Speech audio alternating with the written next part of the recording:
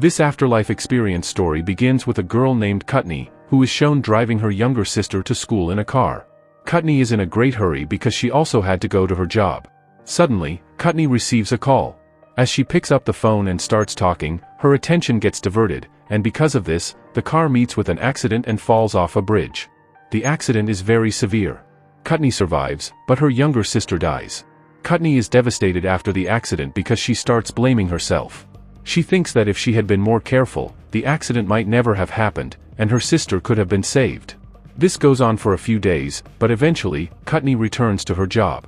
She is a highly educated doctor working at a private hospital, but after her sister's tragic death, she finds it hard to focus on her work. Cutney becomes obsessed with knowing what happens after death. She wants to understand the experiences her younger sister might have gone through after passing away. Unfortunately, no technology or discoveries have yet been made that can explain what happens in the afterlife. After some days of not going to the hospital, Cutney returns to work. A patient in the hospital had suffered a severe heart failure but was saved due to advanced equipment. Cutney asks the lady about her experience when her heart had stopped, but the lady can't remember much because she didn't have a clear recollection. This gives Cutney a great idea. She believes that if a person's heartbeat stops for a while, they might experience something related to the afterlife, and perhaps this could uncover the mysteries of life after death. Since no one else is willing to do this, Cutney calls her two friends, Freddie and Lena, and takes them to a secret base camp under the hospital. This place is a secret experimental lab for doctors, where they conduct various experiments. Here, Cutney begins to explain everything to Freddie and Lena about the experiment. She tells them that she will stop her heart for 1 minute, and during this time, they need to monitor her brain to observe what happens and how the afterlife appears. Cutney also makes it clear that if something happens to her, neither Freddie nor Lena will be responsible, as she has documented everything.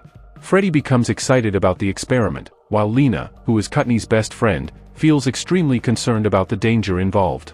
However, Cutney has made up her mind, so both of them have no choice but to support her. As the procedure begins, they follow all the necessary steps. Cutney is injected with a substance that will gradually stop her heartbeat. After the injection, Cutney quickly loses consciousness, and within moments, her heart stops beating completely. Cutney, now in what seems like the afterlife, begins to imagine all the memories of her childhood and everything that happened to her. She finds herself in a strange world that doesn't make any sense, an entirely different dimension where only people whose hearts have stopped can enter. Cutney is fascinated by this afterlife experience, seeing everything as a surreal, magical world. Inside the lab, all the devices continue recording, ensuring that the experiment will be confirmed as real and not just a dream. After a full minute has passed, Freddie and Lena try to revive her, shaking her and attempting to restart her heartbeat. Unfortunately, her heart does not start again.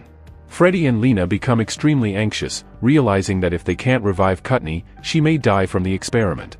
In a panic, Freddie calls a senior colleague named Ray for help, as they cannot handle this situation alone.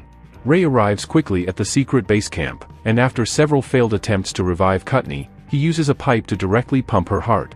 Meanwhile, Cutney's consciousness is shown experiencing something completely different, a world filled with glowing, magical things, as if she is in a place beyond ordinary reality.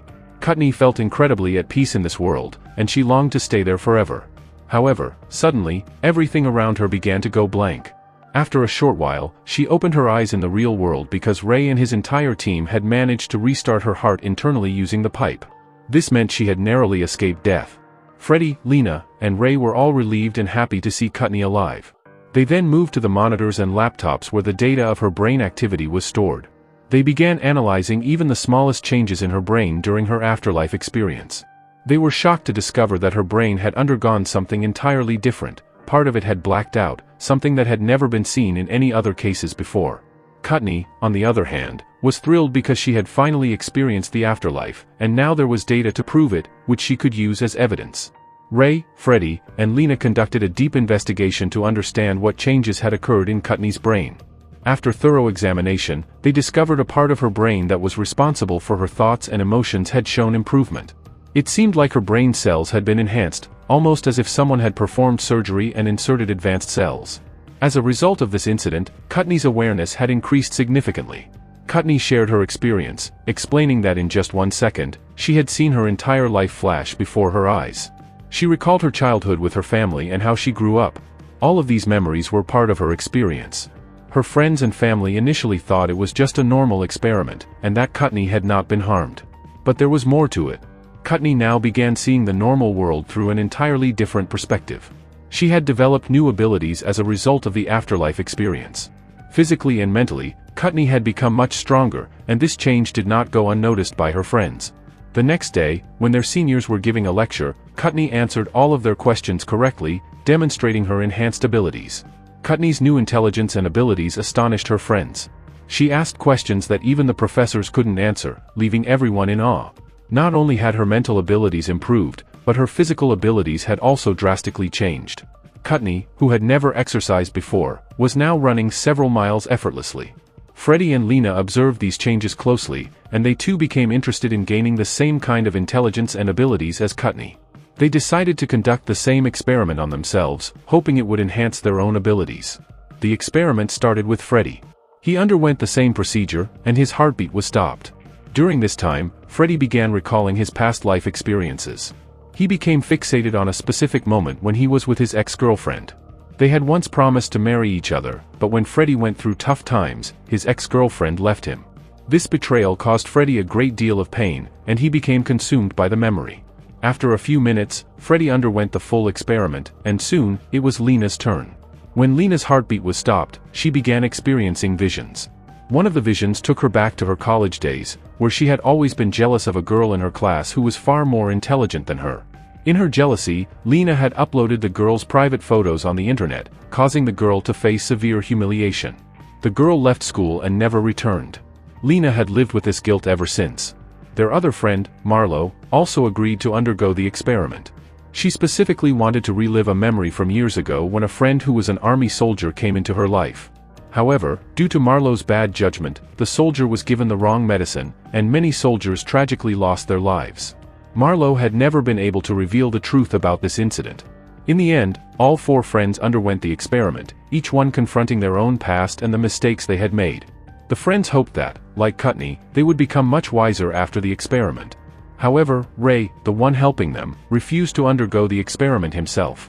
He believed that the afterlife experience revealed not just good memories but also the bad ones they had tried to forget, and he did not consider such things to be natural.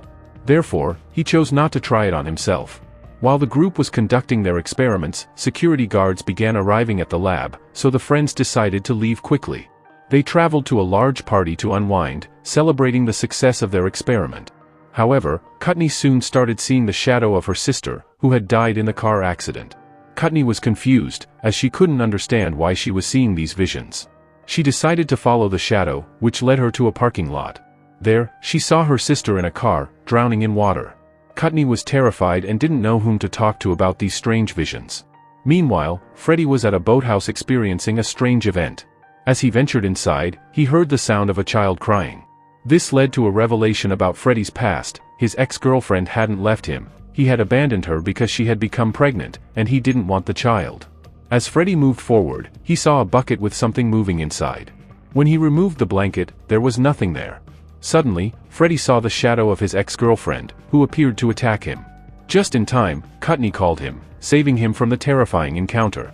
The two of them shared their experiences, realizing that the visions they were seeing could be dangerous. Cutney then told Freddie to come to her house as soon as possible because she needed to talk to him about something important. Freddie quickly made his way to Cutney's house. Meanwhile, Cutney, trying to relax, suddenly saw her sister in a room studying. Cutney was confused and disoriented because her sister had died. She realized something was terribly wrong and that she was in danger. Panicked, she tried to escape, but before she could get away, her sister's spirit attacked her, pushing her off the high building of her apartment, causing Cutney to fall to her death. When her friends learned of Cutney's death, they were in shock. They couldn't understand how someone as brave and intelligent as Cutney could have been killed. The others who had undergone the same experiment began to fear for their lives, as they too were experiencing strange occurrences. They feared they might be next, so they took precautions, but even with the newfound intelligence and strength from the experiment, they had no idea what was coming next. Later, Freddie, while at the boathouse, saw the shadow of his ex-girlfriend, who attacked him. Freddie managed to escape and ran far away from the place, narrowly avoiding death. Meanwhile, Marlo, one of their friends, heard strange noises coming from a room downstairs. She followed the sounds, only to encounter the spirit of the soldier she had once harmed by giving him the wrong medication, which had caused his death. Marlo, terrified, fled in fear for her life. Lena, too, had a frightening experience when she was in an elevator. It suddenly accelerated and took her to an 11th floor, although the building only had 10 floors. When she opened the door, she found herself face to face with the spirit of the woman whose private photos Lena had once posted online, leading to that woman's humiliation. Lena was horrified as she too began to experience terrifying visions. The next day, the four friends met up, each trying to avoid any further encounters with their terrifying visions. They shared their experiences with each other, realizing that their past wrongdoings were the cause of the haunting visions they were all experiencing. The only one unaffected by these visions was Ray, as he had never undergone the experiment himself. However, the others had come to understand that although the experiment had enhanced their intelligence and abilities, it also had dangerous consequences. Their unresolved pasts were coming back to haunt them, and as long as they didn't make amends, the visions would continue to torment them. Having witnessed Cutney's tragic fate, they knew that unless they confronted their past mistakes, the consequences could be fatal. Freddie, determined to make things right, went to his ex-girlfriend, who now had a 5-year-old daughter. He apologized to her, admitting that he had abandoned her because he couldn't accept the pregnancy. He expressed his willingness to accept both her and their child, making amends for his past mistake. This act of reconciliation caused Freddie's visions to stop. Meanwhile, Lena went to the friend whose private photos she had once posted online, leading to her friend's humiliation. Lena sincerely apologized, and her friend, being understanding, forgave her. However, there was one mistake Lena could never undo: the soldier she had harmed with her actions had already died. Though she couldn't directly make amends with him, Lena did her best to make things right where she could. Marlo, while driving, realized that someone was trying to kill her, which distracted her and led to a car crash. Fortunately, she survived the crash, but she understood that if she didn't fix her mistakes, these visions would continue to torment her. In a moment of clarity, Marlo decided that she too would have to undergo the experiment again, in the hope of finding peace and ending the haunting visions. So that she could go to the afterlife world and apologize to her friend, but now it was obvious that none of Marlo's friends wanted to be part of this experiment anymore because after so much difficulty, they had become safe. Marlo had no other option, so she sent a message to them saying that she was going to perform the afterlife experiment on her own. Marlo was in the laboratory and quickly injected herself. When her friends Ray, Freddie, and Lena received the message, they rushed to her because performing this experiment alone could be very difficult. But by the time they reached, Marlo had already injected herself. They quickly tried to revive her body to restart her heartbeat, but Marlo had already gone to the afterlife, and her heart did not respond at all. In the afterlife, she kept exploring the world, looking for her 2 dead soldier friends, and everything around her was covered in blood. Eventually, she found one of the soldiers lying on a stretcher. Marlo was apologizing to him when suddenly the soldier got up, and his spirit began attacking her. He caused Marlo a lot of pain and dragged her to another chamber. Soon, a huge storm began in that place, making it almost impossible for Marlo to survive in that dreadful place. She was trapped with no way out. But then Marlo saw a light, and there in front of her, she saw Cutney, who guided her on how to escape. Cutney told Marlo that she wouldn't be able to leave until she forgave herself, as she had never confessed her mistakes. If she confessed and forgave herself, everything would be set right. Marlo then started applying what Cutney had told her. Meanwhile, in real life, Ray and the others were trying to revive Marlo, who had been in a coma for 10 minutes.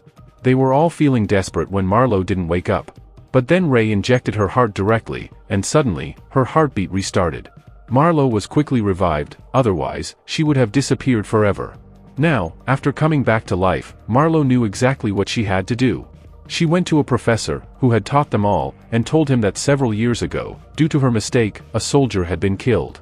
After these events, Marlo no longer saw those visions, meaning that all of them had acknowledged their mistakes, and the dangerous visions stopped coming to them. Ray and his friends immediately took the laptop containing all the information about the experiment and threw it into the water so that no one could find out about it. They didn't want anyone else to fall into this trouble. All 4 friends missed Cutney greatly. They decided that whenever something like this happened again, they would help each other. They realized that this experiment had greatly enhanced their mental and physical abilities, but their minds also harbored emotions and guilt, which had increased due to the experiment. This was the reason why they started seeing different visions related to their past mistakes. In simple terms, there was nothing in reality, it was just their visions, triggered by the wrongs they had done in the past. Cutney had also realized that her mistake led to her sister's death. So when Cutney started seeing her sister's spirit after the experiment, it wasn't really her sister's spirit, it was just a vision, which eventually took Cutney's life. But now, her friends understood this. They had corrected their mistakes, and they began wishing for a better life. And this is where our story ends.